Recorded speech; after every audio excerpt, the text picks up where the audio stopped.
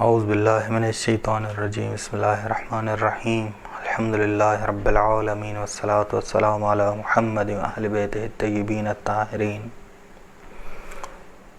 امام حسین علیہ السلام نے فرمایا کہ میں شہید ہوا ہوں اس لیے تاکہ مجھ پر گریہ کیا جائے، اور یہ گریہ جہالت سے تمہیں نجات دلائے، ظلم سے تمہیں نجات دلائے۔ فقط گریہ مقصد نہیں ہے، بلکہ گریہ عبرت ہے۔ عبرت سے مراد ہے کہ ایسا گریہ جو ظہیر بنا دے، مسلم بنا دے۔ برائی کے سامنے انسان کھڑا ہو جائے، برائی نہ کرے، یہ اصلی عزاداری ہے۔ برے اخلاق سے دور ہو جائے، یہ اصلی عزاداری ہے، یہ اصلی عزاداری ہے۔ اس امام نے کہا انا قتیل العبرات، میں اس لیے قتل ہوا ہوں کہ مجھ پہ گریہ کیا جائے تاکہ یہ گریہ تمہیں ہدایت تک پہنچائے، جہالت سے نجات دلائے، جہالت سے نجات دلائے۔ بس یہ مقصد ہونا چاہیے ہمارا۔ عزادار جو تماشائی ہے وہ اہل عبرہ نہیں ہے۔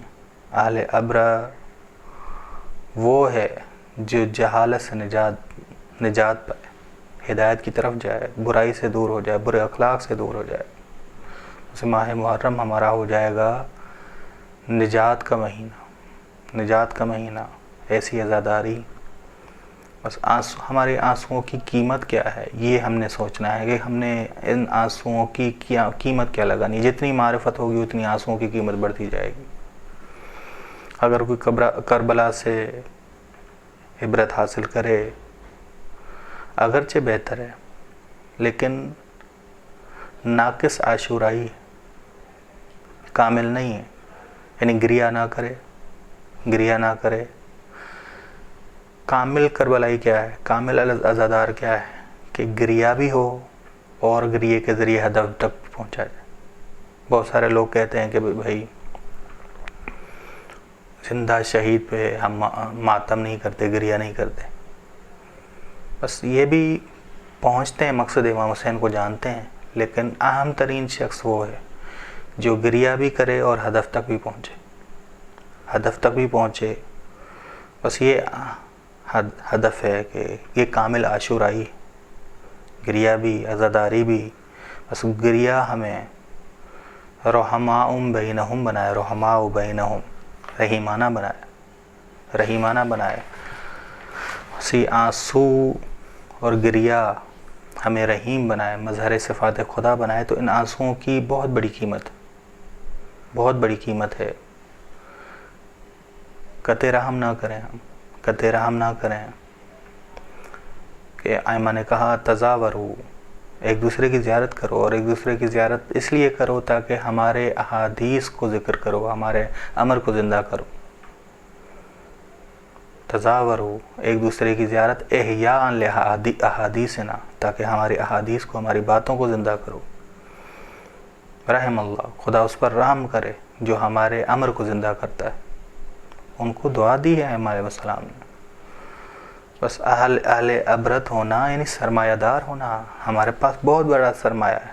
ہم اسے نعمت مانیں کہ ہمارے پاس گریہ بھی ہے، اور اس گریہ کے وسیلے سے ہم نجات پاتے ہیں، جہالت سے ہدایت کی طرف جاتے ہیں، ہدایت کی طرف جاتے ہیں۔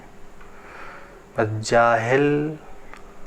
جاہلیت گریہ نہیں کرتی، گریہ نہیں کرتی۔ مورخین لکھتے ہیں کہ جنگ بدر میں جب مشرکین ہار گئے، انہوں نے قسمیں کھائیں کہ ہم گریہ نہیں کریں گے، ہم گریہ نہیں کریں گے، کیونکہ گریہ مرنے والوں پر گریہ کہتے تھے کہ پستی اور ذلت کی علامت ہے، ذلت کی علامت ہے، شکست کی علامت ہے۔ مرد گریہ نہیں کرتے، یہ باتیں کر رہے تھے۔ جاہل جو اہل گریہ نہیں ہے، وہ جناب حمزہ کا جگر کھا جاتا ہے، ظلم کی حد پار کر لیتا ہے۔ وہ کسی اصول کا پابند نہیں ہوتا، وہ کسی اصول کا پابند۔ آنسوؤں سے انسان عادل بنتا ہے، گریے سے انسان عادل بنتا ہے، ظالم نہیں بنتا، ظلم سے دور ہوتا ہے۔ ظلم سے دور ہوتا ہے۔ جنگ بدر کے بعد مشرکین جب لوٹے اپنے گھروں کو، دیکھا کہ ایک بوڑھی عورت گریہ کر رہی ہے۔ سرداروں نے سوال کیا کہ یہ مرنے والوں پہ گریہ کر رہی ہے، اسے خاموش کراؤ، مبادا کسی مرنے والے پہ گریہ کیا جائے، کوئی گریہ نہ کرے۔ آپ کو یاد ہے رسول خدا جب لوٹ آئے جنگ احد میں، جناب حمزہ کی شہادت ہوئی، تو اس وقت کیا کہا کہ گریہ کرو جناب حمزہ پر۔ بس گریہ، جنگ بدر کے بعد ایک بوڑھی عورت گریہ کر رہی تھی، پوچھا گیا، سپاہیوں نے جا کے پوچھا کہ کیوں آپ گریہ کر رہی ہیں، کیوں رو رہی ہیں آپ؟ بوڑھی نے کہا، جاہلیت دیکھیں، جہالت دیکھیں، بوڑھی نے کہا میں مرنے والوں پہ گریہ نہیں کر رہی، میں گریہ کر رہی ہوں کہ میرا اونٹ گم ہو گیا، اونٹ میرا چوری ہو گیا، گم ہو گیا، اس وجہ سے میں گریہ کر رہی ہوں۔ بس ذہن میں رکھیے گا، ظالم جاہلیت گریہ نہیں کرتی۔